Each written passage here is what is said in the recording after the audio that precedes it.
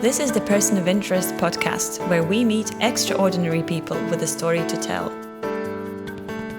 Well, welcome back to the podcast in a sunny Riga today. I'm delighted to have another guest with me who I've very much been looking forward to speaking to. And I think today's podcast is almost like an epitome of what we're trying to achieve, in that I know that in about half an hour's time, I'm going to leave this room at least a little bit cleverer and more informed about historical matters than I was when I walked in, which is, I think, all we can ask as a result. My guest today is Mark Gamsa. Welcome, Mark. Thank you. And Mark is Associate Professor of History at Tel Aviv University in Israel. He's no stranger to the Baltics, but he has a special interest in China and Russia, which is where he's been doing a lot of his research, and was delivering a lecture just 2 or 3 days ago here at SSE called The Early History of Gold Mining in the Russian Far East and Northeast China, which we'll get to later because I think it's a brilliant topic. And as your introductory note to the lecture sort of said, we know a lot about the gold rushes in the Yukon or the Klondike and maybe South Africa or Australia, but very little about Russia. So I'm going to just hold that in reserve for a moment. And could you just sort of introduce yourself and talk about how you came to be here today? Well, I should probably start by saying that I was born in Riga and have a special connection to it in many senses. One of them, being now here at this building, this was my mother's primary school.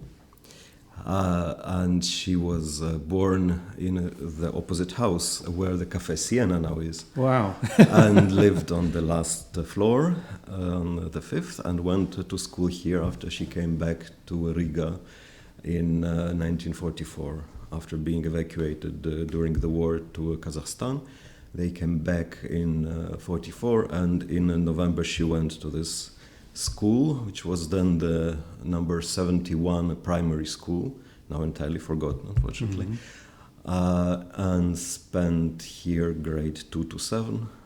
And later the school became a technical college, and later had many more different functions before becoming the Stockholm School of Economics. Well, I think this qualifies you as being in a sort of alma mater class of your own. You should get a special designation or something, because it's almost like ancestral. Yes. So what sort of feeling do you get when you come back here to lecture? It must be amazing. It's very special. I've been coming here now several times.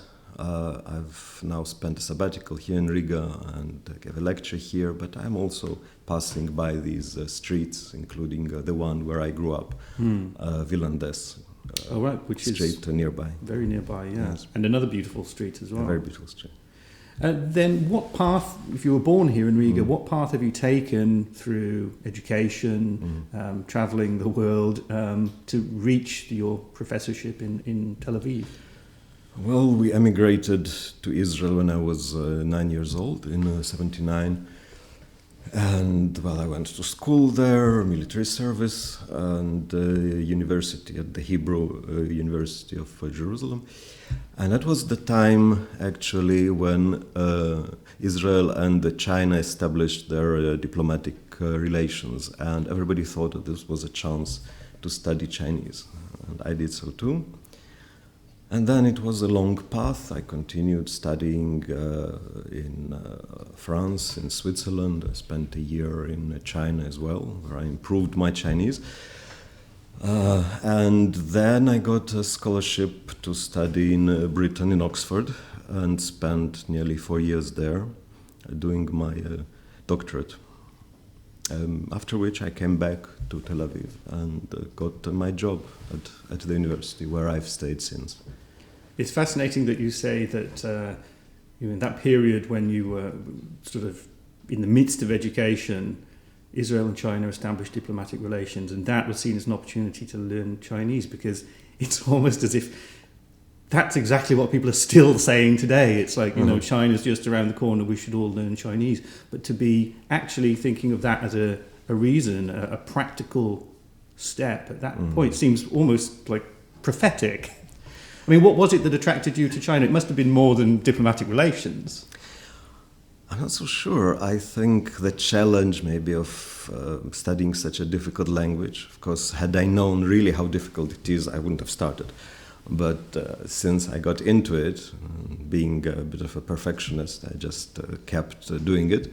And this is Manchurian or No, Cantonese? that's Mandarin Chinese, the one spoken in the north, and the language which is used as the common language in China. Of course, there are many dialects as well, but usually it's the Mandarin which is being taught. Yeah. And you already had Russian? I had Russian, of course, as my native language.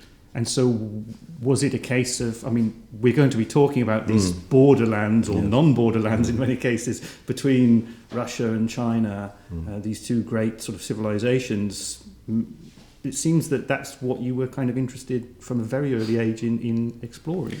Was that part of being in Kazakhstan as well? Or? No, well, my mother was there and I heard the stories about it. No, but it doesn't really connect to this. It's more, when I was looking for a subject for my doctoral thesis, during that year that I spent as a student in China, I was thinking of a way that I could both use my native Russian and the Chinese which I'd learned.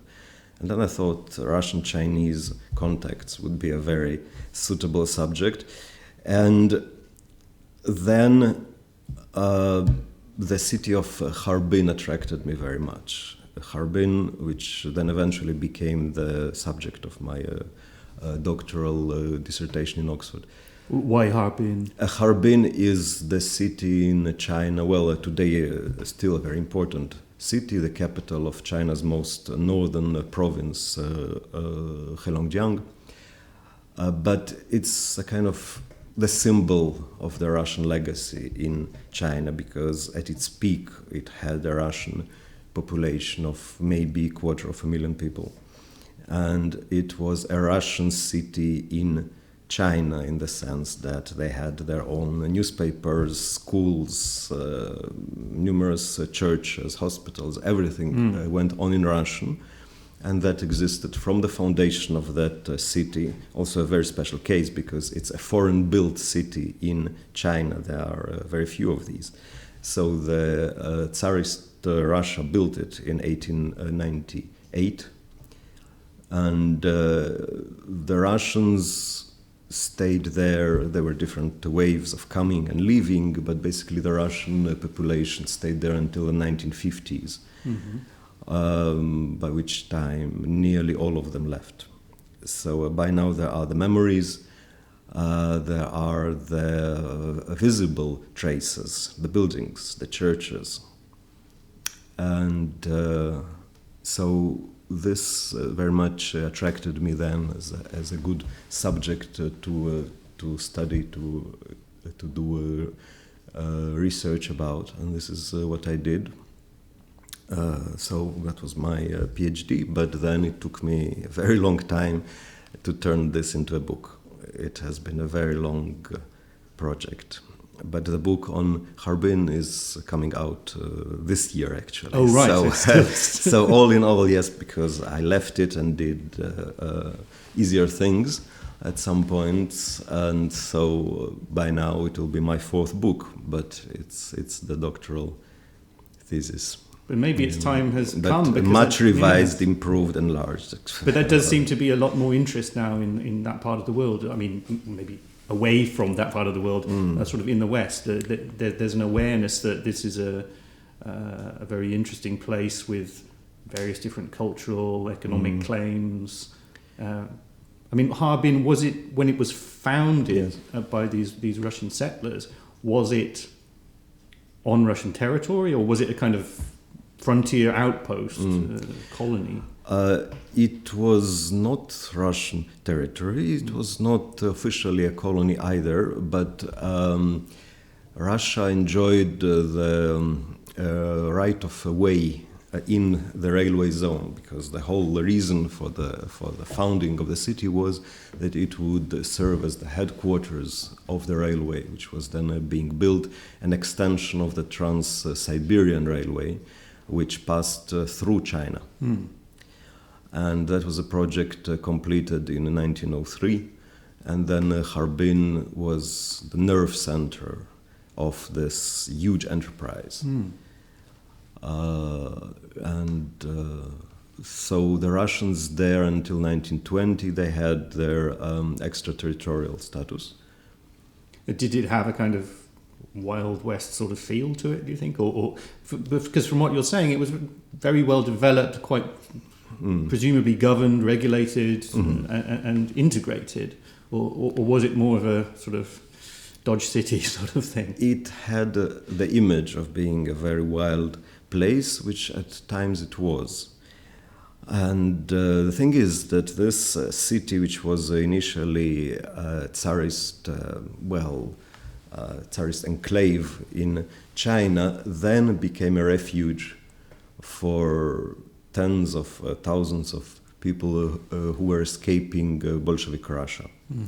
And so it became a refugee haven later on and an immigration center. So almost like, say, Taiwan became later... You can compare it, yes. But, of course, Taiwan became a country, and, and they didn't. But it was one of the great centers of the Russian immigration.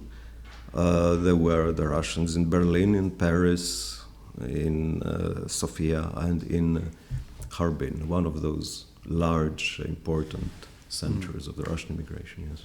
Well, then, turning to the subject of your lecture a few days, I mean, possibly Harbin is involved in this as well. The early history of gold mining in the Russian Far East and Northeast China.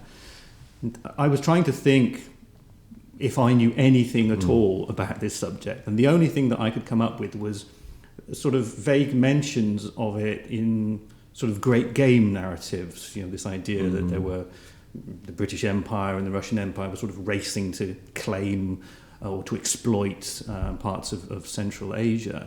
And the accounts that I'd read probably from the British side were that the Russian effort was really to just push as far and as fast as possible, claim everything, and kind of hope that there's some gold there or that there's some mineral wealth, because it does seem to be a sort of popular trope amongst any wilderness, any terra incognita is, well, that's probably where the gold is, the Eldorado dream. Is that completely wrong? I mean, assuming it is. No, it's not. It's not. And actually, it's a very good point because, this territory that historically was known as Manchuria. Now, Manchuria doesn't exist anymore as a name of a region. It's now northeastern China, the three northern provinces of China. But Manchuria included them and part of Mongolia as well.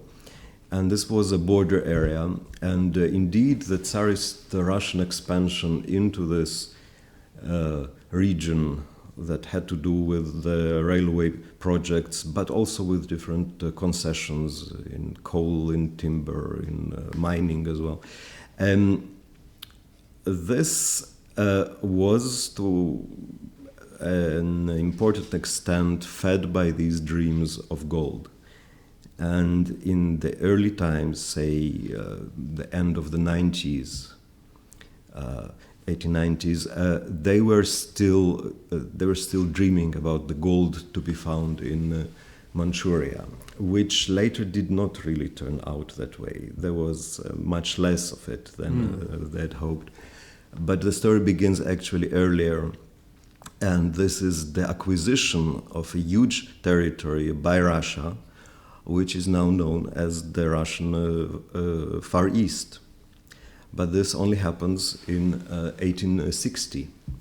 So the cities that we know now in that region, Khabarovsk and Vladivostok, Blagoveshchensk, they were all founded during that period when Russia manages to get this huge territory from China, actually, which it keeps to the present.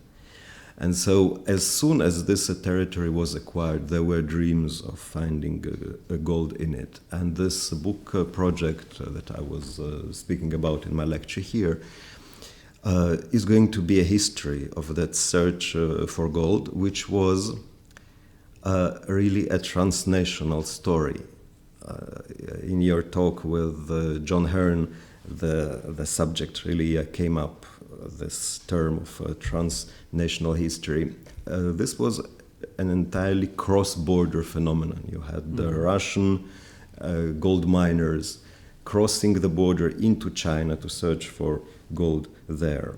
You had tens of thousands of Chinese crossing the border to the Russian Far East in order to do the same, to work in the mines and to find gold. But was this a case of sort of individual prospectors, or was it state or industrial concerns that were doing this? Both. There were gold mining magnates who made fortunes out of that, and there were huge gold mining companies operating there. China established state mines from the 1880s in Manchuria, and at the same time there were indeed those individual gold miners who were hoping to find gold and not to have to then report it to someone. So it wasn't like where the case, say, in the US, where you would stake a claim and that could become sort of legally yours for a set period of time for you to exploit. It was a case of go in there, kind of find it, grab it. The legislation was much more rigid in those two countries than it was in the United States, or for that matter in Australia or New Zealand, etc. These sort of you said that the hopes or the dreams of finding large gold deposits didn't really pan out, if you'll pardon the pun. Yes. But there must have been some root, some story that sparked the idea in the first place. Someone must have popped up with some nuggets and said, "Look what I found." They did find gold, and the story that really attracted me to the whole history of gold mining in this region was the story of one particular gold mine on the Chinese side of the Amur river border, which at the time, from 1883 to 1886, was called Zheltuga. And that was a place where, at its peak, about 10,000 independent gold prospectors searched for gold, and there was quite a large proportion of Chinese among them. So you had the Russians and the Chinese in one location looking for gold. The interesting thing, apart from the story itself, is that it became a sort of a myth very soon through the Siberian press. They described it as the Zheltuga Republic. The editors of the Siberian press were mostly exiled revolutionaries who had these ideals of a spontaneous democratic republic being established between those two, this Tsarist Russia and Imperial China. That was not the case, but the myth of the Zheltuga Republic persisted for a very long time. I wrote an article on this back in 2003, and since then I've been collecting more.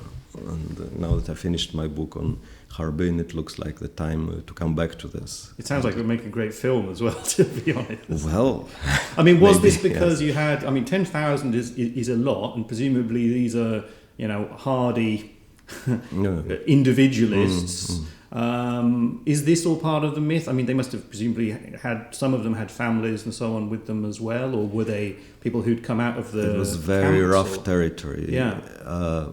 With freezing temperatures. There were no women in the camp, no children. It was a male affair. Right, okay. That's interesting. Like many of the mining camps. I was kind of thinking a bit of the Chekhov prison visit where he notes on in Sakhalin, which is is a little bit of distance away, but a similar sort of era where it's almost surprising how many women and children there are around. But you're saying that this was very much the mucho macho. Well, yes, on the Sakhalin it was an exile colony, and so the convicts lived there with the families often. Yes, but Zheltuga was a place where these individuals who had the hopes of finding gold and who had all heard the rumors about the gold. Rumors, very important factor here. It draws people from all layers of society into the gold mine. So they followed the rumor of gold, and they went there alone. And this community persisted for 3 years until the Qing Imperial Army, the Chinese army, decided to put an end to it.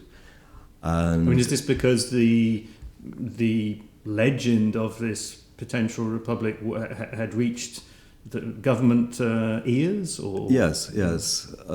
Not as a republic, but just as an illegal gold mine. And they sent an army there, which dispersed these miners, who then escaped back into Russian territory, including the Chinese who escaped, who crossed the Amur, but then the Chinese army actually chased them into the Russian bank of the river and beheaded quite a few. Wow. So it is quite a story. It was pretty forgotten until I dug it up, I must say. And it's a funny combination of history and myth. But this was just the most famous gold mine. And then there were many more gold mines like this during the 1890s along the rivers in the Russian Far East. Well, you said that it was kind of a forgotten story until you dug it up, and if I can ask what a lot of them must have been asking, how did you and where did you dig it up? Well, I dug it up during my doctoral studies in Oxford when I was reading different sources on Russian-Chinese contacts, and suddenly I came across an academic article from, I think, 1970 on the Republic of Gold Miners on the Amur River. The story of the Republic was told there as a fact, not as a myth. Well, and I thought I have to look it up and see what it was, really. And I started collecting materials on it, and gradually I found out more, and I wrote actually two articles on this. One on the gold mine itself, which was called California on the Amur, and the other was called How a Republic of Chinese Red Beards Was Invented in Paris. I haven't mentioned Paris yet. Thank you. Well, because there was yet another version of the Republic which claimed that it was a spontaneous organization, not of Russian would-be democrats, as the Siberian press portrayed it. No, it was a republic of Chinese bandits. Okay. And this was disseminated by an anarchist in Paris, who again had his own political visions. So it was romanticizing. Entirely. But that story also then got a lease on life and continued in the academic publications again until I wrote this piece to completely disprove it. It's fascinating that something can gain that sort of level of academic credence. Yes. And then you can check it out and find that it's myth. I mean, that's extraordinary. It was very enjoyable, actually, to do that. Well, the gold rush as a whole, I mean, how long did it last? You said it was kind of starting in the 1860s and through to the... There are several waves of this. So it starts in the 1860s with the acquisition of this new territory and the dreams of an Eldorado there. Then there is the wave of the 1880s, which is encouraged by the Zheltuga story, by the fact that they do find quite a lot of gold there. And then there's a bit of a lull in this whole business during the early 20th century, and then especially during the First World War. But then in the 1920s there is another gold rush on the Chinese side, a gold rush in Manchuria in the beginning of the 20s, which predictably has the effect of Russians crossing the border into China now in order to search for gold there. So again, a story of a border crossing, a transnational story. And what sort of resources were poured in by the Russian government, and maybe by the Chinese as well? Presumably they had to send teams of surveyors, scientific research geologists, and so on. Yes, mining engineers. Yeah. Well, but was the idea that we spend it now and we'll make all the money back when we actually hit it, or and was it a case that at some point someone said, we're not finding anything, let's bring the shutters down, or did it just sort of keep rolling? It kept rolling for a very long time, even when the amounts of gold that they actually found did not completely justify this effort. On the Chinese side, once they chase this illegal assembly of miners away from that place which they called Zhiltuga, they established a state mine in that place, which in Chinese, and you can still find it on the map of China, as the northernmost point actually of China, is called Mohe. And the place is famous as well as the only place in China where, although very, very seldom, you can see the northern lights. So in that place, they established a state mine during the 1880s, which was part of a Chinese movement called the self-strengthening movement of the late Qing, which included strengthening the army, the navy, the industry, and it involved also mining. And so indeed they brought foreign specialists, for example, mining engineers from Britain and the United States, to advise them on the gold mines. And that was the beginning of the gold mining industry in that part of China. I should say that in both countries, Russia and China, gold mining is still today quite an important part of their economy, and China is now the world leader. Since 2007, it has been consistently the world leader in gold production. But is it coming from that area or from? It comes from many parts of China, but still in the north of China nowadays. It's more in Shandong province. They are constantly finding large quantities of gold, but of course in completely different technologies than the ones that were used back then.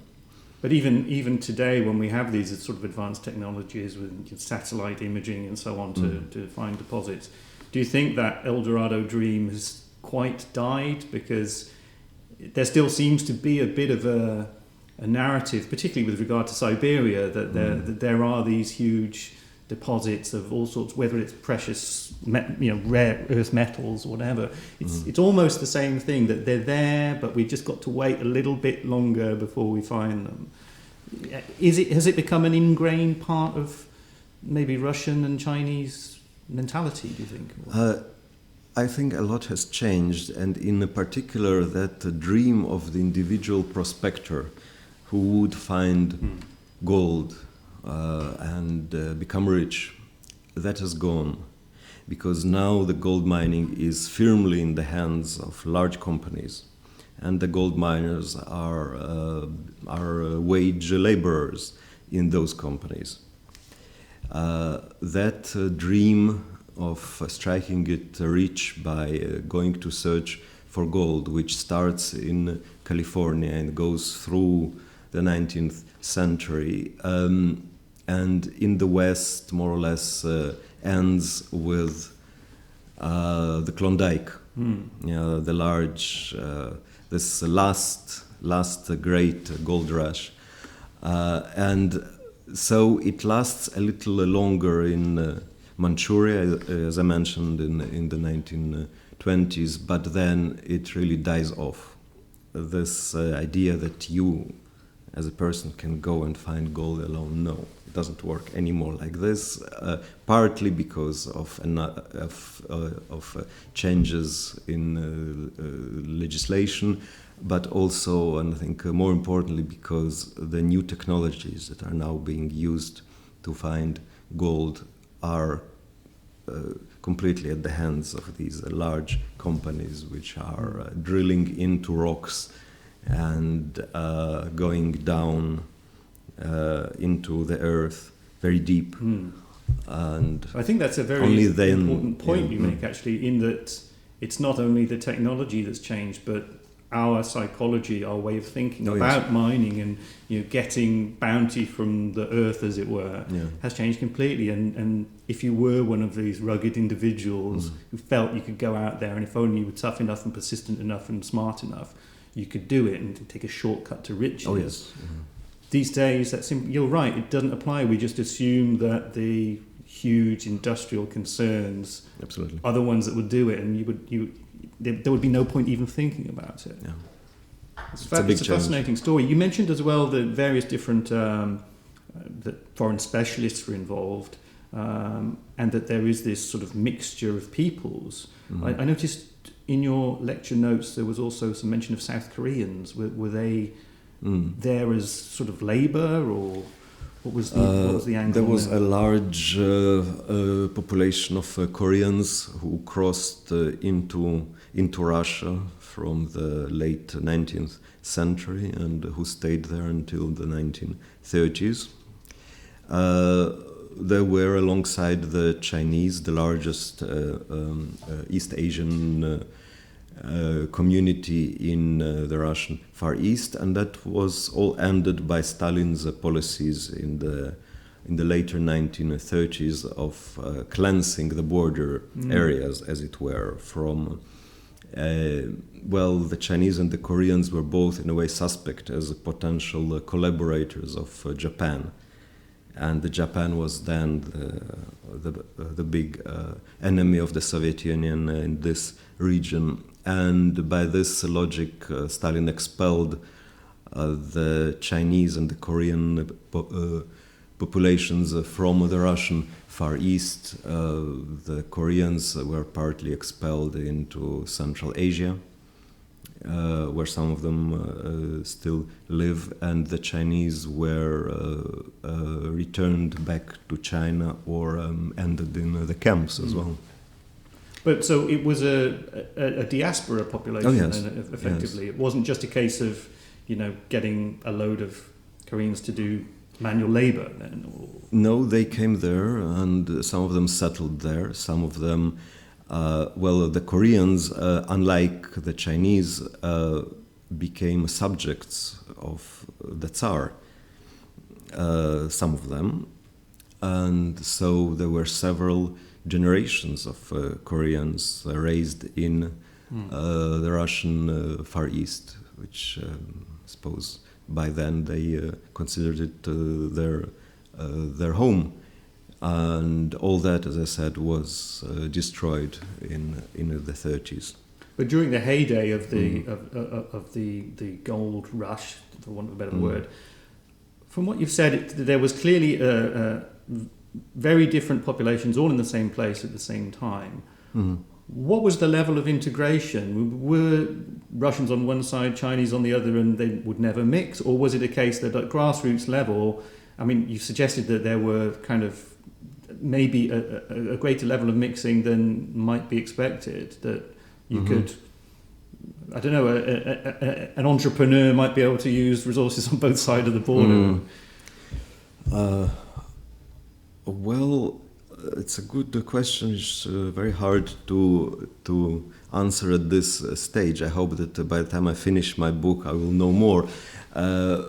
My impression at this point is that there were very distinct and separate communities who did not mix. And even at the Zhiltuga gold mine, where it is known that there were Russians and Chinese working at the same mine together at the same time, as far as I know, they had different camps within the mining camp. So there was rather little contact, as far as I know, but I might discover more. And what sources do you hope to use to discover more? Because it's quite an old story now. Are you still hopeful that you're going to be turning up new things, and what sort of sources might you be able to tell? I have already found quite a lot, and I expect to find more, because I will travel both to that region and to the archives in the United States that have some of the papers of the Russian immigration in California especially. But last year I was at the archives in St. Petersburg, and I found remarkable sources there. For example, these account books of the mines listing all the names of the miners, where you can see Russians, Chinese, Koreans, where you see what the miners got to eat, like rice or potatoes, and you find a lot of information there about really the daily life of the mines and the miners. So that's one kind of source. I guess useful for even this just research. to have that sort of data. You can extrapolate, well, how many calories did they need, to actually work, or what sort of physical shape were they in? Yeah. Maybe even that. So the daily life is one of these aspects that I hope to discover more. And then, of course, there are many memoirs. This was my next question. Yes. There are memoirs, not so much by the miners, unfortunately, though I hope to find more. By mining industrialists, by Siberian and Far Eastern journalists who were involved in this in some way. There is literature. There's, of course, fiction about the mines. So there's no shortage of sources, both in Russian and in Chinese, and it's a matter of reading them and of discovering that story, which really, as we started this talk, it's nearly entirely forgotten in comparison to the famous gold rushes that we all know about from American history, especially. Well, it does sound like a fascinating story, and I'm really looking forward to hearing more of your researches and your conclusions, because it sounds like there's still a lot more to be told about this story. So, Mark Gamsa, thank you very much for joining me today. Thank you, it was a pleasure. Thank you for listening. This podcast was produced by SSC Riga. If you'd like to learn more about the topic, visit the open course schedule at SSC Riga Executive Education. For more podcasts, find us on Spotify, iTunes, or the platform of your choice. Remember, share this episode with your friends and colleagues.